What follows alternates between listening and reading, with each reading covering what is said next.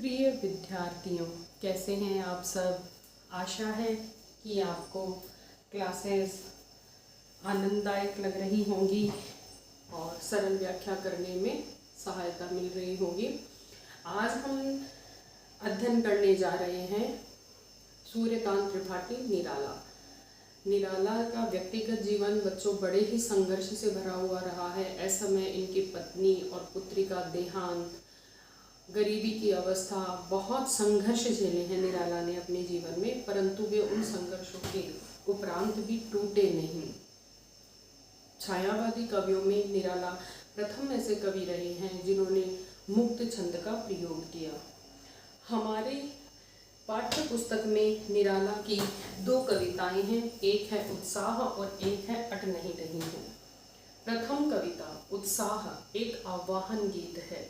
आह्वान का मतलब होता है किसी को प्रेरित करना, किसी को किसी कार्य के लिए बुलाना। और अब यह कविता इनकी बादलों को संबोधित है। बादल जो है निराला का प्रिय विषय रहे हैं। कविता में बादल एक तरफ पीड़ित प्यासे जन की आकांक्षा को पूरा करने वाला है, तो दूसरी तरफ वही बादल नई कल्पना और नए अंकुर के लिए विध्वंस, विप्लव और क्रांति चेतना को संभव करने वाला भी। अर्थात बादल के द्वारा कवि ने विप्लव और नव अंकुरण दोनों की बात कही है। क्रांति की भी बात कही है तो साथ ही साथ विप्लव की भी। कवि जीवन को व्यापक और समग्र दृष्टि से देखता है। कविता में ललित कल्पना और क्रांति चेतना दोनों है। सामाजिक क्रांति या बदलाव में साहित्य की भूमिका महत्वपूर्ण होती है। किसी भी समाज में यदि परिवर्तन लाना चाहते हैं तो उसमें साहित्य का हमेशा से ही अद्वितीय योगदान रहा है। इसी चीज़ को लेकर के, इसी भाव को लेकर के निराला जी ने उत्साह कविता में संबोधन किया है बादलों के माध्यम से। निराला इसे नवजीवन और नूतन कविता के संदर्भ में देखते हैं। यानी बादल जिस प्रकार से आते हैं और बादलों के बरसने के बाद में प्रकृति में नए नए पौधों का, नए नए बीजों का अंकुरण होता है, ठीक उसी प्रकार से कवि की कल्पनाएं भी, कवि के विचार भी समाज में बदलाव लाने का कार्य करते हैं। तो चलिए हम चलते हैं उत्साह कविता के सरलार्थ की ओर, भावार्थ की ओर। उत्साह कविता, उत्साह एक ऐसा भाव है जो जीवन को प्रेरणा और उमंग, नए जोश से भर देता है। इसमें कवि ने बादलों को क्रांति दूत माना है। उत्साह एक सकारात्मक सोच है बच्चों, जिससे हमें जीवन में हमेशा अपने नकारात्मक तत्वों को हटा करके आगे बढ़ने की प्रेरणा मिलती है। तो वही संदेश यहाँ बादलों के माध्यम से कवि हमें संबोधित करना चाह रहे हैं। बादल गरजो, ये कवि कह रहे हैं बादलों से कि हे बादलों तुम गरजो।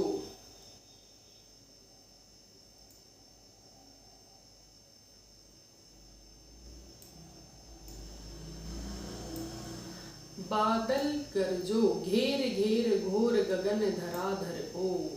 धाराधर कहते हैं बादलों को। कवि बादलों से कह रहे हैं कि हे बादल तुम गरज गरज के, मतलब सामान्य तरीके से नहीं, बहुत गरज गरज के भीषण तरीके से बरसो और इस समस्त गगन को, ये जो विशाल गगन है, इसको तुम बादलों अपने छाया से पूरा आच्छादित कर लो। पूरे गगन में ही बादलों आप छा जाओ।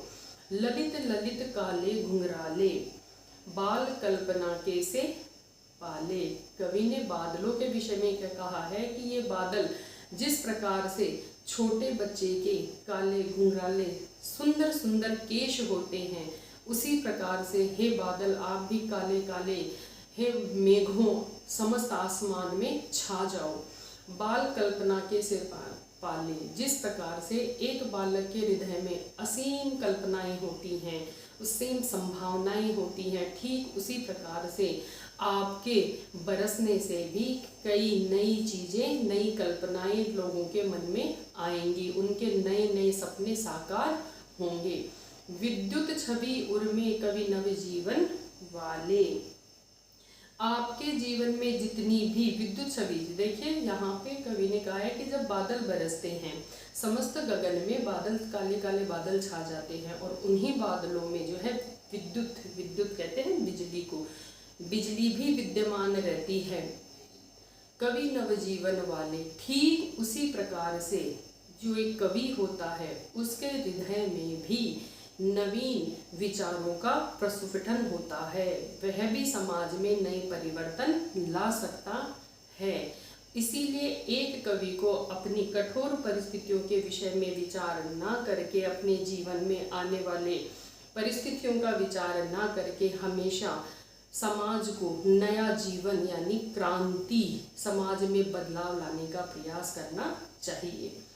वज्र छिपा नूतन कविता फिर भर दो, तुम्हें अपने हृदय के जितने भी कठोर भाव हैं उनको अपने हृदय में छिपाना है और फिर से एक नूतन यानी नई कविता का संचार करना है। यहाँ इन लाइनों में, इन पंक्तियों में कवि ने जो है एक कवि को संदेश दिया है कि आपके हृदय में जितने भी कठोर भाव हैं, जितनी भी विपरीत परिस्थितियां हैं, उन सबको आपको छिपा करके, उन सबको अपने हृदय में ही रख करके फिर से एक नवीन कविता का लेखन करना होगा, ताकि इस समाज को एक नया संदेश दिया जा सके, इस समाज में परिवर्तन लाया जा सके। ठीक उसी प्रकार से जिस प्रकार से काले काले मेघ जब आसमान में आच्छादित होकर के इस पृथ्वी पे बारिश करते हैं और समस्त पृथ्वी का जो है प्राकृतिक रूप पूर्ण रूपेण परिवर्तित हो जाता है, बड़ा सौंदर्यमय हो जाता है, ठीक उसी प्रकार से कवि को भी रचना करनी चाहिए।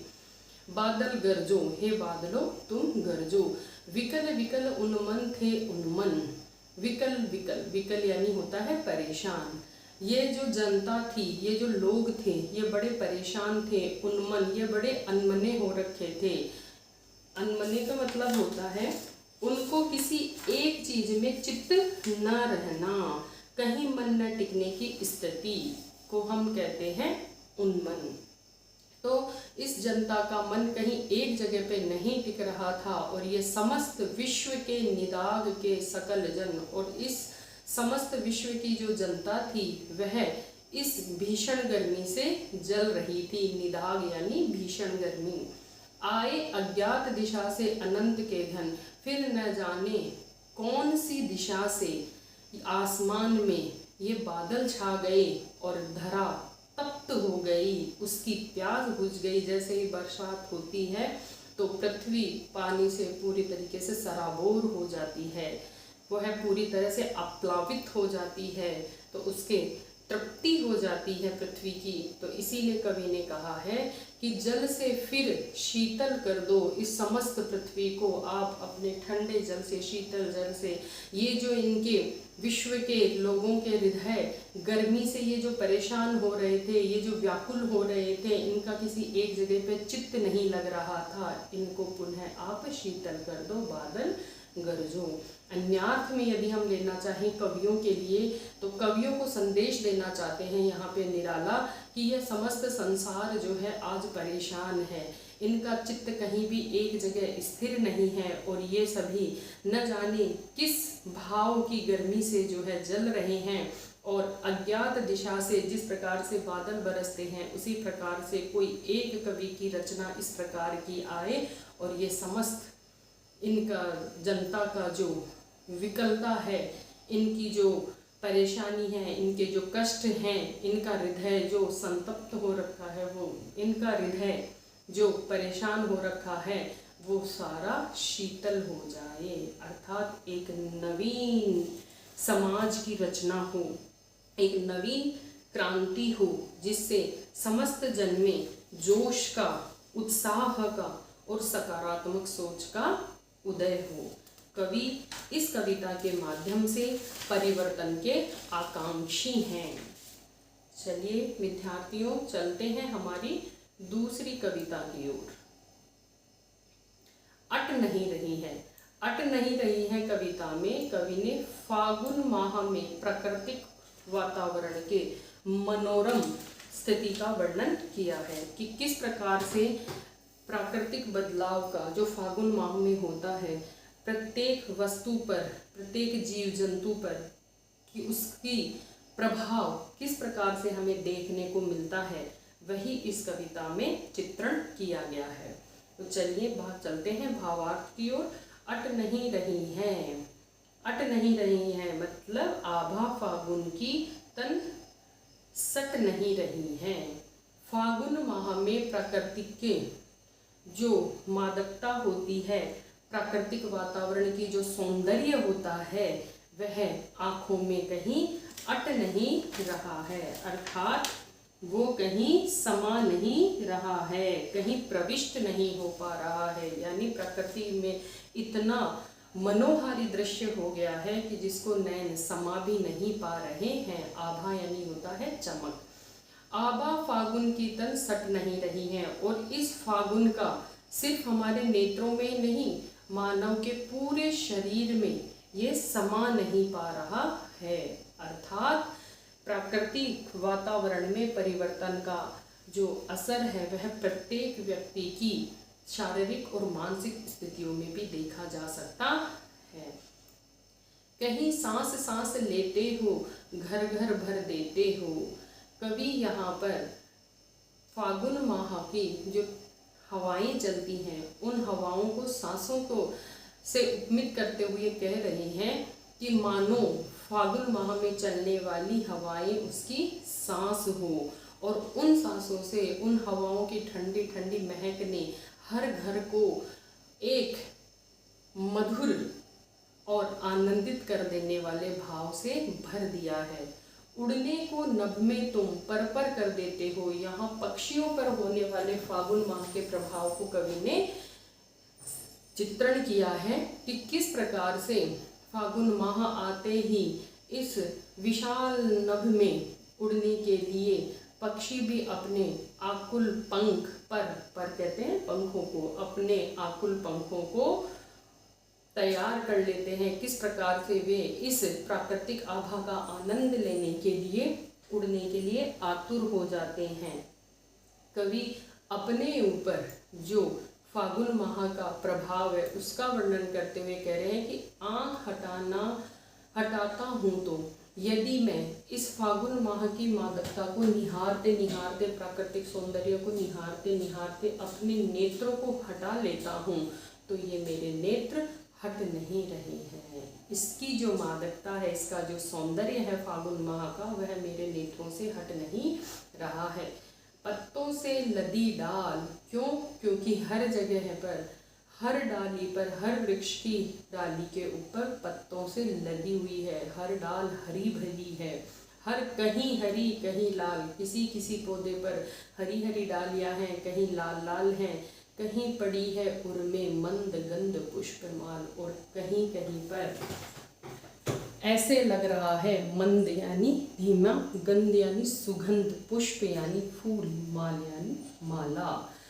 किसी किसी व्यक्ति ने अपने गले में, ये जो प्राकृतिक वातावरण का सौंदर्य है फागुन माह में, उसको देख करके ऐसे लग रहा है मानो पुष्प की माला मधुर सुगंध वाली मेरे हृदय पे पड़ी हो। पाट पाट शोभा श्री, जगह जगह। पाट पाट का मतलब होता है जगह जगह, जगह जगह इस फागुन का ही सौंदर्य छाया हुआ है, इसके सौंदर्य की ही महिमा दिखाई दे रही है। पट नहीं रहे हैं, और ये जो फागुन माह के सौंदर्य है, प्राकृतिक वातावरण जो हर कहीं पेड़ों में, पक्षियों में, मनुष्यों में मुझे दिखाई दे रहा है, वह कहीं भी समा नहीं रहा है। अर्थात इसके प्राकृतिक वातावरण इतना सौंदर्यमयी, इतना नैनों को सुंदर लगने वाला नैनाभिराम दृश्य है कि वो मेरे नेत्रों में भी नहीं समा रहा है।